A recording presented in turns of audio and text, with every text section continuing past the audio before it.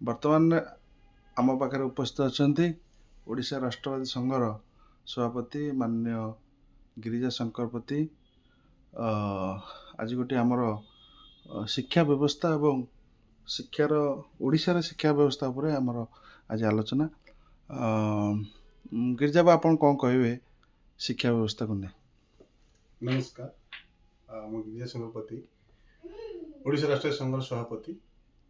ଯାଉ ଆଜି ଭଲ ଲାଗିଲା ଯେ ଗୋଟେ ଶିକ୍ଷାକୁ ନେଇକି ଆମର ଗୋଟେ ଆଲୋଚନା ପର୍ଯ୍ୟାଲୋଚନା ହେବ। ଶିକ୍ଷା ଯଦି କହିବି, ଶିକ୍ଷା ଆମ ମଣିଷ या ସମାଜ ପ୍ରତି ବହୁତ ଗୁରୁତ୍ୱପୂର୍ଣ୍ଣ ଅଙ୍ଗ।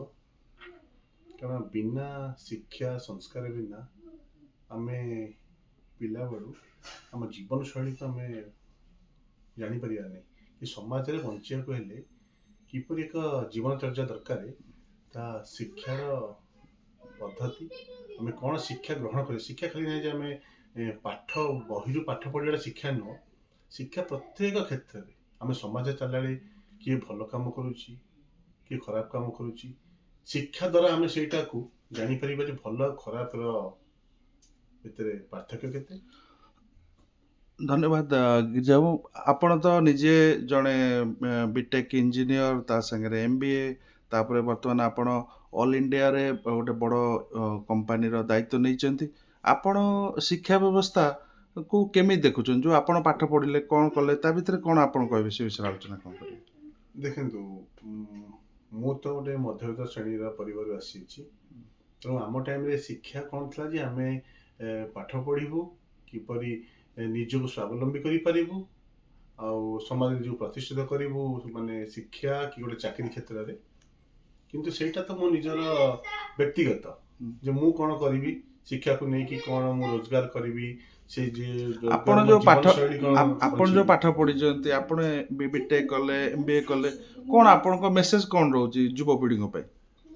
ଦେଖନ୍ତୁ, ମୋ ଶିକ୍ଷା ମୁଁ କ'ଣ କରିଥିଲି ସେଇଟା ତ ଆମର ଥିଲା ନା ଗୋଟେ ମଧ୍ୟବିତ୍ତ ଶ୍ରେଣୀରୁ ଆମେ କେମିତି ଗୋଟେ ଆଉ ଗୋଟେ ହାୟର ଲେଭେଲକୁ ଯେ ଆମ ଜୀବନ ଶୈଳୀଟାକୁ ଆମେ କେମିତି ପରିବର୍ତ୍ତନ କରିବୁ, କେମିତି ଗୋଟେ ଭଲ ଲାଇଫଷ୍ଟାଇଲ ଆମେ ବଞ୍ଚିବୁ। କିନ୍ତୁ ଏବେ ଯଦି କହିବି, ସେଇଟା ତ ସମସ୍ତଙ୍କୁ ଦରକାର ଯେ ଶିକ୍ଷା ଦ୍ୱାରା ସେ ନିଜ ସ୍ୱାବଲମ୍ବୀ ହେବେ। ସିଏ ଚାକିରି କ୍ଷେତ୍ରରେ ହଉ କି ବିଜନେସ୍ କ୍ଷେତ୍ରରେ ହଉ କି ନିଜ ଏଣ୍ଟରପ୍ରେନରସିପ୍ କରନ୍ତୁ, ଯାହା ବି ସେ କରିବେ। କିନ୍ତୁ ତାପରେ କହିବି ଆଉ ଗୋଟେ ଶିକ୍ଷା ହେଲା ଯେ ସମାଜରେ ବଞ୍ଚିବା, ସମାଜକୁ ସୁଦୃଢ଼ କରିବା ପାଇଁ କି ସମାଜକୁ ସଂସ୍କାର ଆଣିବା ପାଇଁ କି ସିଏ ଗୋଟେ ଭୌତିକ ଶିକ୍ଷା ନିହାତି ଦରକାର, ଯେଉଁଟାକି ଆମ ବହିରେ ବି ଲେଖା ନଥାଏ। ବହିରେ ତ ବହୁତ ଜିନିଷ ଲେଖା ଥାଏ କି ଆମେ ଆମ ଇତିହାସରେ ପଢ଼ିଛୁ, ଆମ ଇତିହାସରେ ଭାରତ ବର୍ଷରେ କ'ଣ ଘଟିଲା ସେ ଇତିହାସକୁ ନେଇକି ଆମେ ଭବିଷ୍ୟତଟା କେମିତି ଗଢ଼ିବୁ, ସେଇଟା ଇତିହାସ ଥିଲା। ଭୌଗୋଳିକରେ ଆମେ ଭୌଗୋଳିକ ପରିସ୍ଥିତି ଜାଣିବୁ ଯେ ଆମ ଦେଶ ଦୁନିଆ କେଉଁଠି କେମିତି କ'ଣ ଇଏ ଅଛି। କିନ୍ତୁ ତାପରେ ଆମ ସମାଜରେ ବଞ୍ଚିବା ପାଇଁ କି ସମାଜରେ ମୁଁ ହେଲା ପରେ ମୁଁ କେମିତି ଚାହିଁବି ଯେ ସମାଜଟା ଆହୁରି ସମୃଦ୍ଧ ସୁଦୃଢ଼ ହଉ, ସମାଜରେ ସମସ୍ତେ ଶିକ୍ଷା ଲାଭ କରନ୍ତୁ, ତାହା ସହିତ ପରସ୍ପର ଭିତରେ ଗୋଟେ ସୁସମ୍ପର୍କ ଥାଉ, ସ୍ନେହ ଆଦାନ ପ୍ରଦାନ, ଗୋଟେ ପରୋପକାର, ଇଏ ବି ଗୋଟେ ଶିକ୍ଷା ଯେଉଁଟାକି ଆମକୁ ଆମର ବେଦ ପୁରାଣ, ଆମର ହିନ୍ଦୁ ଯେଉଁ ଧର୍ମ ଯେଉଁ ଅଛି, ଆମର ଇଏଟା ଗୀତା, ଭାଗବତ, ରାମାୟଣ, ମହାଭାରତ, ସେଇ ଗୋଟେ ଶିକ୍ଷା ଅଛି। ରାମାୟଣରେ କେମିତି ଦି ଭାଇଙ୍କ କି ବାପାର ପୁଅ ପ୍ରତି କେମିତି ଇଏ ଥିଲା, ମହାଭାରତରେ ଦେଖିଲେ ଦି ଭାଇ କେମିତି ବଂଶଜ ମାନେ ପରସ୍ପର ଭିତରେ ଯୁଦ୍ଧ କରିଥିଲେ ଆଉ ଗୋଟେ ଆସନ ପାଇଁ। ସେତେବେଳର ପରୀକ୍ଷା ଆଉ ଏବେର ପରୀକ୍ଷା ଭିତରେ ଆପଣ କ'ଣ ପାର୍ଥକ୍ୟ ଦେଖୁଛନ୍ତି? କୋଉ ପରୀକ୍ଷା କଥା କହୁଛନ୍ତି? ଯଦି ମାଟ୍ରିକ ହଉ, +2 ହଉ, +3 ହଉ, ଆପଣଙ୍କ ଯେଉଁ ପରୀକ୍ଷା ସେତେବେଳେ 2000 ମସିହା ଆଉ 2026 ମସିହା ଭିତରେ ପାର୍ଥକ୍ୟ? ଗୋଟେ ଟାଇମ୍ ଥିଲା ଯେ ଆମେ ନବମ ଶ୍ରେଣୀ ପଢୁଥିଲେ, ପୁଣି ଦଶମ ଶ୍ରେଣୀ ପଢୁଥିଲେ, କିନ୍ତୁ ଦୁଇଟା ମିଶିକି ଏକ୍ଜାମ ହେଉଥିଲା।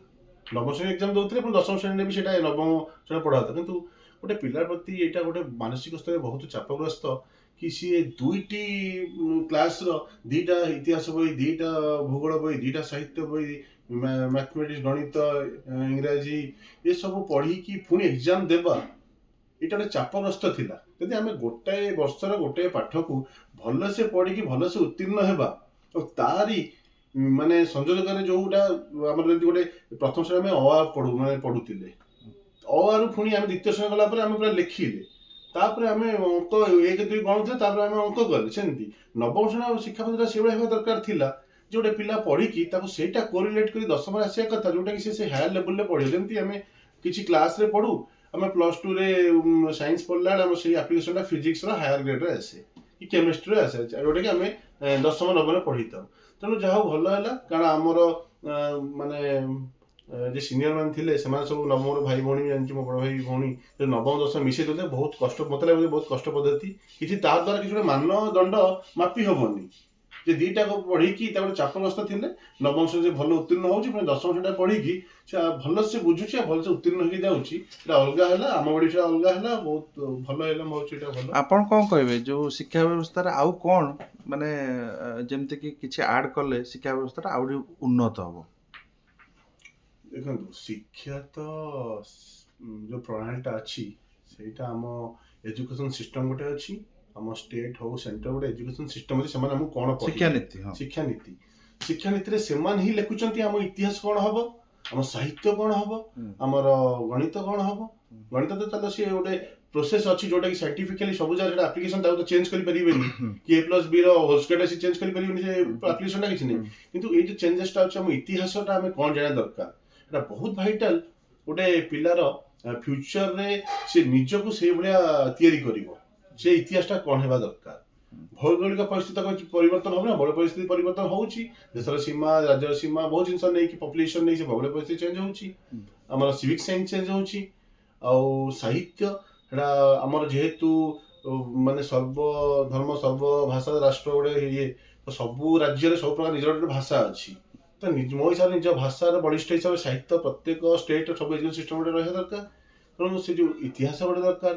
ଆଉ ତାହା ସହିତ ମୁଁ କହିବି ଯେ ଆମ ଯୋଉ ଶିକ୍ଷା ପ୍ରତି ଗୋଟେ ଏଜୁକେସନ ସିଷ୍ଟମ ତିଆରି କରୁଛି, ତାପରେ ଆମ ବାପା ମା, ଆମ ସମାଜ ଆମକୁ ଗୋଟେ ଶିକ୍ଷା ପ୍ରତି ଦେବାକୁ ଚାହୁଁଛି ଯେ ପିଲାଟା ସେ 10ମ ଶ୍ରେଣୀରେ କ'ଣ ପଢିଲେ, ମାନେ କେତେ ନମ୍ବରରେ ଉତ୍ତୀର୍ଣ୍ଣ ହେଲା, ସେ +2ରେ କ'ଣ ପଢିବ। ଯଦି ସିଏ ଆଗରୁ ତ ମୁଁ ଭାବୁଛି ଏଭଳି କିଛି ଗୋଟେ ପାର୍ଥକ୍ୟ ନଥିଲା ଆମର ସାଇନ୍ସ ଯୋଉଟା କହନ୍ତି ବିଜ୍ଞାନ, କଳା, ବାଣିଜ୍ୟ ଭିତରେ। କିନ୍ତୁ ଆଜି ଡେଟ୍ରେ ମୁଁ ଦେଖୁଛି ମାନେ ବେଶୀ ସମସ୍ତେ ବିଜ୍ଞାନ ଆଡକୁ ବେଶୀ ଢଳି ଦଉଛନ୍ତି, କିନ୍ତୁ କଳା ଆଉ ବାଣିଜ୍ୟ କ୍ଷେତ୍ରରେ ବାଣିଜ୍ୟ ଟିକେ ଅଧିକ, କଳାରେ ବହୁତ କମ। କ'ଣ ପାଇଁକି, କାହିଁକି ଯେ ଏଇ ଯୋଉ ଶିକ୍ଷା ପଦ୍ଧତି ଆସିଛି ଗ୍ୟାପ୍, ସେଇଟା ହେଲା ଗୋଟେ ଆମ ଲାଇଫଟା अर्निंग्स ଉପରେ ଡିପେଣ୍ଡ କରୁଛି। ଲାଇଫ ଆଣ୍ଡ ଲାଇଫଷ୍ଟାଇଲ, ଆମର ଯୋଉ ଏମ୍, ଆମ କେମିତି ଫ୍ୟୁଚରଟା କେମିତି ଆମେ ଗଢିବୁ, ସେଠି ଗୋଟେ ପ୍ୟାରେଣ୍ଟସ୍ କରି ବହୁତ ଭୂମିକା ରହୁଛି। ଯେ ମୋ ପିଲାଟା ସାଇନ୍ସ ପଢିଲେ ସେ ଗୋଟେ ଇଞ୍ଜିନିୟର, ଡକ୍ଟର କି ଗୋଟେ ରିସର୍ଚ୍ଚ ଇଏରେ ଯିବ, କି ସେଥିରେ ଜଲ୍ଦି ଇନକମ୍ କରିବ, ଗୋଟେ ବହୁତ ଭଲ ଇନକମ୍ କରିବ, ସେ ଦେଶରେ ରହୁ କି ବିଦେଶକୁ ଯାଉ। ନାଇଁ, ପ୍ୟାରେଣ୍ଟସ୍ଙ୍କ ଇଚ୍ଛାକୁ ନେଇ ପିଲା ପାଠ ପଢିବେ ନା ପିଲା ତାଙ୍କର ପାଠ ପଢିବେ, ସେଇଟା ତ ପରିପୂରକ। ପିଲା ତ ତାଙ୍କ ଇଚ୍ଛା, କୁହାଯାଏ ସମସ୍ତେ ନିଜ ନିଜ ଇଚ୍ଛାରେ ପଢିବା କଥା, ତାଙ୍କୁ ଯୋଉଟା ଖାଲି ପଢିବା କଥା ନୁହଁ। ସିଏ ପାଠରେ ଭଲ ହବ, ସିଏ ଯଦି କ୍ରୀଡା କ୍ଷେତ୍ରରେ ଯାଉଛି ସିଏ କରିପାରିବ, କି ସିଏ ଆମର ଯୋଉଟା ନୃତ୍ୟ ସଙ୍ଗୀତ। ଆପଣ ଯୋଉ କହିଲେ କ୍ରୀଡା କ୍ଷେତ୍ର, ବର୍ତ୍ତମାନ ଆମ ସ୍କୁଲରେ ଯୋଉ ବିଦ୍ୟାଳୟ ଅଛି, କଲେଜ ଅଛି, ମହାବିଦ୍ୟାଳୟ ଅଛି, କ୍ରୀଡ଼ାର କେତେ ତା ଦେହରେ ଆପଣଙ୍କର ଗଭର୍ଣ୍ଣମେଣ୍ଟର ସାହାଯ୍ୟ ସହଯୋଗ ରହିଛି, ଆଉ ପିଲାମାନେ କେତେ ବେନିଫିଟ୍? ନାଇଁ, କ୍ରୀଡ଼ାରେ ତ ମତେ ଲାଗୁନି ଯୋଉ କ୍ରୀଡ଼ା ତ ଆପଣଙ୍କ ବେଳେ କ'ଣ ଥିଲା? ଆମର ତ କିଛି ନଥିଲା, କାରଣ ମୁଁ ନିଜେ ମୁଁ ଯେତେବେଳେ 10th ପଢୁଥିଲି ମୁଁ ତ ବହୁତ ଭଲ ଖେଳୁଥିଲି। ମତେ ଜଷ୍ଟ ମାନେ 10ମ ଶ୍ରେଣୀ ମିଳିଲା କି ଆମେ କ୍ରିକେଟ ଜୋନାଲରେ ଖେଳି ପାରିବୁ, ଗୋଟେ ସ୍କୋପ ଆସିଥିଲା। କିନ୍ତୁ ସେଇ ଟାଇମରେ 10ମ ଶ୍ରେଣୀ ପରୀକ୍ଷା, ପରିବାର ବହୁତ ଚାପ ଥିଲା, 10ମ ଶ୍ରେଣୀ ମତେ ପଢିବାକୁ ପଡିବ, ଭଲସେ ଉତ୍ତୀର୍ଣ୍ଣ ହେବାକୁ ପଡିବ। ତେଣୁ ମୁଁ ଗୋଟେ ଆମର ମ୍ୟାଚ୍ ହଉଥିଲା ଆମର ଡିଷ୍ଟ୍ରିକ୍ଟ ୱାଇଜ, ଆମର ଯୋଉ କଟକ ସଦର ଉପରେ ଆମ ସ୍କୁଲ ଆସି ଖେଳିଥିଲୁ। ତାପରେ ଆମେ ଜୋନାଲ ଗୋଟେ ଜାଗା ଖେଳିବାକୁ ଗଲୁ, ସେଠି ବି ସିଲେକ୍ସନ ହେଲା, କିନ୍ତୁ ମୁଁ ନିଜକୁ ନିଜେ ଡ୍ରପ୍ କରିଦେଲି। ସିଲେକ୍ସନ କରିବି କ'ଣ, ସେଥିରେ ସ୍କୋପ୍ ବି ନଥିଲା, କାରଣ ମାତ୍ର ଗୋଟେ ଇଣ୍ଡିଆ ଟିମ୍ ଅଛି, 11ଟା ପିଲା ଖେଳିବେ କି 13ଟା ପିଲା ସିଲେକ୍ସନ, ସିଏ ବି କଣ୍ଟିନ୍ୟୁ ସେ ଥିଲା। ସେଠି ସ୍କୋପ୍ ଯେହେତୁ ସ୍କୋପ୍ ଆଣ୍ଡ ଅପରଚୁନିଟି କମ୍ ଥିଲା, ସେ ବିଷୟରେ ବି ଆପଣଙ୍କ ସମୟରେ ଆୱାରନେସ୍ ବି କମ୍ ଥିଲା। ଆୱାରନେସ୍ କମ୍ ଥିଲା, ଆଉ କ୍ରୀଡ଼ା ପାଇଁ କିଛି ସେଭଳି ସ୍କୁଲ ଥିଲା ଯେ ଆମେ କିଛି କରିବୁ କି ଆମକୁ ଗୋଟେ ମେନ୍ ଯେ କିଛି ଜାଣିଛୁ ତାକୁ ନେଇ ଭବିଷ୍ୟତ କ'ଣ ହବ। ହଁ, ଭବିଷ୍ୟତ କ'ଣ ହବ, ତା ପାଇଁ ସମସ୍ତଙ୍କର ଗୋଟେ ଆକୃଷ୍ଟ ରହିବ। ଆଉ ସେତେବେଳେ କ୍ରୀଡ଼ା, କଳା ଏସବୁକୁ ଗୋଟେ ପିଲା ଭଲ ପଢୁଛି, ଜଣେ ଗୋଟେ ପିଲା ଭଲ ଖେଳୁଛି। ଭଲ ପଢିବା ପିଲା ପାଇଁ ଯେତିକି ସ୍କୋପ୍ ଅଛି, ଭଲ ଖେଳିବା ପିଲା ପାଇଁ ସେତିକି ସ୍କୋପ୍ ଅଛି କି? ଭଲ ଖେଳିବା ପାଇଁ ନିଶ୍ଚୟ ଅଛି, କାହିଁ ନାହିଁ। କିନ୍ତୁ ଗୋଟେ କହିଲି ବା ଯୋଉଟା ଆପଣ କହିଲେ ଆୱାରନେସ୍, ସଚେତନତା ନାହିଁ। କାରଣ ପ୍ରତ୍ୟେକ ଚାକିରି କ୍ଷେତ୍ରରେ ଗୋଟେ କ୍ରୀଡ଼ାର ଗୋଟେ ରିଜର୍ଭେସନ ଅଛି, ସ୍ପୋର୍ଟସ କୋଟା ରିଜର୍ଭେସନ ପ୍ରତ୍ୟେକ କ୍ରୀଡ଼ାର। ସେମିତି ଆମର ହକି ବି ଅଛି, ଖୋଖୋରେ ବି ଅଛି, କବାଡିରେ ବି ଅଛି, ଫୁଟବଲ ଅଛି, ଭଲି, ଏଭ୍ରିଥିଙ୍ଗ। ହଉ ପଛେ ଗୋଟାଏ କି ଦୁଇଟି ସିଟ୍ ଥିବ ମାନେ ରିଜର୍ଭେସନ ଆମ ଚାକିରି କ୍ଷେତ୍ରରେ, କିନ୍ତୁ ସେଇଟା ବି ଆୱାରନେସ୍ ନାହିଁ ଯେ ତାକୁ ବି ପଢିକି ବହୁତ ପିଏସୟୁ ଗଭର୍ଣ୍ଣମେଣ୍ଟ ଏସବୁ ଜାଗାରେ କଣ୍ଟିନ୍ୟୁ କରେ, ପ୍ରାଇଭେଟ ତ ନୁହଁ କିନ୍ତୁ ଗଭର୍ଣ୍ଣମେଣ୍ଟ ପିଏସୟୁ ତ ଖେଳି ଚାଲିଛନ୍ତି। ଆମର ଏନଟିଭିସି ନାଲକୋ ଫୁଟବଲ ତ ବହୁତ ପିଲା ଫୁଟବଲ ପାଇଛନ୍ତି, ବହୁତ ଷ୍ଟେଟ ଗଭର୍ଣ୍ଣମେଣ୍ଟ ସେଣ୍ଟ୍ରାଲ ଗଭର୍ଣ୍ଣମେଣ୍ଟ ବି ସ୍କୋପ ଅଛି, ପିଏସୟୁ ରେ ଅଛି, କିନ୍ତୁ ସେ ଆୱାରନେସ୍ ଟା କଣ ଅଛି ଏଟା ସ୍କୁଲ ସ୍ତରରେ ଜଣାଇବା ଦରକାର। ସ୍କୁଲ ସ୍ତରରେ ଆପଣଙ୍କ ସ୍କୁଲ ସ୍ତର କଲେଜ ସ୍ତରରେ କଣ କେମିତି ଅଛି? ନାଇଁ ସେଟା ସ୍କୁଲ ସ୍ତରରେ ଜଣା ଦରକାର, କଲେଜ ସ୍ତରରେ ଜଣା ଦରକାର ପ୍ରତ୍ୟେକ କ୍ଷେତ୍ରରେ। କାରଣ ଗୋଟେ ପିଲା ଯେଟା ଭଲ ଫୁଟବଲର ହବ କି ଭଲ କ୍ରିକେଟର ହବ ସି ଓଭରନାଇଟ୍ ହେଇପାରିବନି କି ତାକୁ 10th ପରିଶ୍ରମ କରିବାକୁ ପଡିବ। 10th ସେ ବୁକ୍ ରେ ପଢା ହେଲା କି ମାନେ କି କୁହା ହେଲା ଯେ ତୁ କ୍ରିକେଟ ଖେଳି ଫୁଟବଲ ଖେଳି ତୁ ଗୋଟେ ମାନେ ସେଥିରେ ବି ତୁ ଭଲ କରିବୁ, ଖାଲି ଚାକିରି କ୍ଷେତ୍ର ନୁହଁ ନିଜର ତ ଶାରୀରିକ ଅଧିକ ଇଏ ହବ, ତା ସହିତ ଯେ ତୁ ଗୋଟେ ଚାକିରି କ୍ଷେତ୍ରରେ ତୁ ପାଇପାରିବୁ ରିଜର୍ଭେସନ ଯଦି ଅଛି। ବଟ୍ ରିଜର୍ଭେସନ ଗୋଟେ ଦିଟା ତିନିଟା ସିଟ୍ ହେଇପାରେ, ବଟ୍ ଚାକିରି କ୍ଷେତ୍ରରେ ଅଧିକା ସିଟ୍ ମାନେ ଭଲ ପଢିଲେ ମୁଁ ଆପଣଙ୍କୁ ଏହା ପଚାରିବାକୁ ଚାହୁଁଛି ଯେ ଯେମିତି ଗୋଟେ କ୍ରୀଡ଼ା ରହିଛି ଆପଣଙ୍କର ଶିକ୍ଷା କ୍ଷେତ୍ରରେ, କ୍ରୀଡ଼ାକୁ ଯଦି ଅଧିକ ଆମେ ମାନେ ତାକୁ ବିସ୍ତାର କରିବା, ଆୱାରନେସ୍ କରିବା, ତାହେଲେ କିଛି ଖେଳାଳି ଭଲ ଖେଳାଳି ବାଢ଼ିବେ, ସେମାନେ ବି ମାନେ ନିଯୁକ୍ତି ପାଇପାରିବେ। ସେମିତି ଆପଣ ଆଉ ଶିକ୍ଷାରେ ଆଉ କଣ ବିନିଯୋଗ କଲେ ଆପଣଙ୍କୁ? ଆଜିକା କଥାରେ କହିଗଲେ ଆମ ଟାଇମରେ କିଛି ପର୍ଟିକୁଲାର ସବଜେକ୍ଟ ଥିଲା, ଗଣିତ, ସାହିତ୍ୟ, ବିଜ୍ଞାନ, ଇଂରାଜୀ, ଭୂଗୋଳ, ସଂସ୍କୃତ, ହିନ୍ଦୀ, ଆମର ଇତିହାସ, ନଗର ବିଜ୍ଞାନ ଏଇଆ ଥିଲା। କିନ୍ତୁ ଗୋଟେ ରିଫର୍ମେସନ ଆସିଲା କି ସ୍କୁଲରେ ସେକ୍ସ ଏଜୁକେସନ ବି ଦିଆଯାଉ ପିଲାଙ୍କୁ, ଭଲ ରିଫର୍ମେସନ, ଗୋଟେ ପଜିଟିଭ ସେକ୍ସ ଟା ଖାଲି କହିଦେଲେ ହବ ନା, ଗୋଟେ ପଜିଟିଭ ଇମ୍ପାକ୍ଟ ବି ଅଛି। ପିଲାମାନେ ଜାଣିପାରିବେ ତାଙ୍କ ଭୁଲ ଠିକ, ନିଜକୁ ବି ସିଏ ସଚେତନ ହେଇପାରିବେ। ତ ଏଇଟା ଗୋଟେ ଏଜୁକେସନ ରିଫର୍ମ ଆସିଲା। ଆମର ଯୋଉ ଇତିହାସ ପଢା ଯାଉଥିଲା, ଆମେ ମାନେ ଯୋଉ ଆମର ମାନେ ମୁଁ ତ ଭାବୁଛି ମୁଁ ଭାରତର ଇତିହାସ ପଢିନି, ଭାରତ ଭୂମିର ଇତିହାସ ପଢିଥିଲି, ମୁଁ ପଢିଥିଲି ମୋଗଲର ଇତିହାସ ପଢିଥିଲି, ମୋଗଲଙ୍କର ରାଜା କେମିତି ଆମ ଭାରତୀୟ ଲୋକଙ୍କୁ ହରେଇଥିଲେ, ମୁଁ ସେମାନଙ୍କୁ ପଢିକି ମୁଁ କଣ ନିଜକୁ ଉତ୍ସାହିତ କରି ଭାରତୀୟ ରାଜା କଣ ହରେଇଛନ୍ତି ସେ ବିଷୟରେ ବହୁତ କମ ଆଲୋଚନା କରେ। ସେଇ ଇତିହାସ ମତେ ମୋର କଣ ଭାବୁଛି ଏଠି କୋଟି କୋଟି ଭାରତୀୟଙ୍କର ଯେ ତାଙ୍କୁ କିଛି ଶିକ୍ଷା ମିଳିନଥିବ ଯେ କଣ ତାদের ହେଇଥିଲା, କିଏ ମହାରାଣା ପ୍ରତାପ ଥିଲେ, କିଏ ଶିବାଜୀ ଥିଲେ, ସେମାନେ ବହୁତ କମ ପଢା, ସେମାନଙ୍କର ଗୋଟେ ପେଜ ଥିବ କି ତାଙ୍କୁ ଆକବର କେମିତି ହରେଇ ଦେଇଥିଲେ, ଆଉ ଆକବର କେତେ ଜଣଙ୍କୁ ହରେଇଥିଲେ ତାର 20 ପେଜ ଥିବ, କେମିତି ସେ କେତେ ସୈନ୍ୟ ନେଇ ହରେଇଥିଲେ, କେମିତି ଖାଉଥିଲେ, କେମିତି ପିଉଥିଲେ, ସେ କାହାର ପୁଅ କାହାର ପୁଅ କାହାର ପୁଅ। କିନ୍ତୁ ଶିବାଜୀଙ୍କର ସିଏ କାହାର ପୁଅ କାହାର ନାତି କାହାର ଅଣନାତି ସେଇଟା ଲେଖା ହେଇନଥିଲା।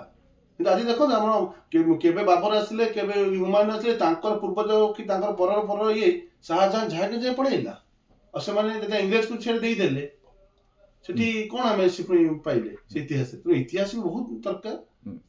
ଆଉ ଆମ ଇତିହାସ ଯାହା 1947 ପରେ ସ୍ୱାଧୀନ ହେଲା ପରେ 200 ବର୍ଷ ଶାସନ, ତା ପୂର୍ବରୁ ମୋଗଲ ଦ୍ୱାରା ଶାସିତ ହେଇ ପୁଣି ଇଂରେଜ, ତେଣୁ 1947 ରୁ ଆଜି 2025 ରେ ପହଞ୍ଚିଛେ, ତାହା ଦେହରେ ଏଇ ଯୋଉ ରାଜନୈତିକ ପରିସ୍ଥିତି ଯୋଉ ବ୍ୟବସ୍ଥାରେ ଆମେ କେତେ ଡେଭଲପ କରିଛେ, କାରଣ ଏବେ ଗୋଟେ ରାଜନୈତିକ ଦଳ ସେ କେତେ କାହାକୁ ସପୋର୍ଟ କରୁଛନ୍ତି, ସେ ବିଷୟରେ ଯୋଉ ମୋଦିଙ୍କର ଯୋଉ ଥିଲା 2000 ଶିକ୍ଷାନୀତି ଆଉ ଆମର ଇତିହାସ ଚେଞ୍ଜ କରିବା, ପରିବର୍ତ୍ତନ କରିବା, ଶ୍ରୀଯୁକ୍ତ ଧର୍ମେନ୍ଦ୍ର ପ୍ରଧାନ ବି ଯୋଉଟା ଗୋଟେ ମୁଁ ଶୁଣିଛି ତାଙ୍କର ଗୋଟେ ସ୍ପିଚରେ, ସେ ଯୋଉ ଇତିହାସକୁ କେମିତି ମାନେ ପାଠ ପଢା, କେମିତି ଆମ ଭାରତୀୟଙ୍କର ଭାରତୀୟ ବୈଜ୍ଞାନିକ, ଭାରତୀୟ ରାଜା ମହାରାଜା ମହାପୁରୁଷ ସେମାନଙ୍କୁ କେମିତି ଅଗ୍ରାଧିକାର ଦିଆଯିବ, ତାଙ୍କର ବି ଏଇଟା ବହୁତ ବଡ ପଦକ୍ଷେପ ଥିଲା। ମୁଁ ସେଥିପାଇଁ ବହୁତ ମାନେ ତାଙ୍କୁ ମୋ କୃତଜ୍ଞତା ଜଣେଇବି, ଧନ୍ୟବାଦ ଦେବି ତାଙ୍କୁ ଯେ ସେ ଯାହା ଶିକ୍ଷା ପଦ୍ଧତିରେ ବହୁତ ପରିବର୍ତ୍ତନ ଆଣିଛନ୍ତି।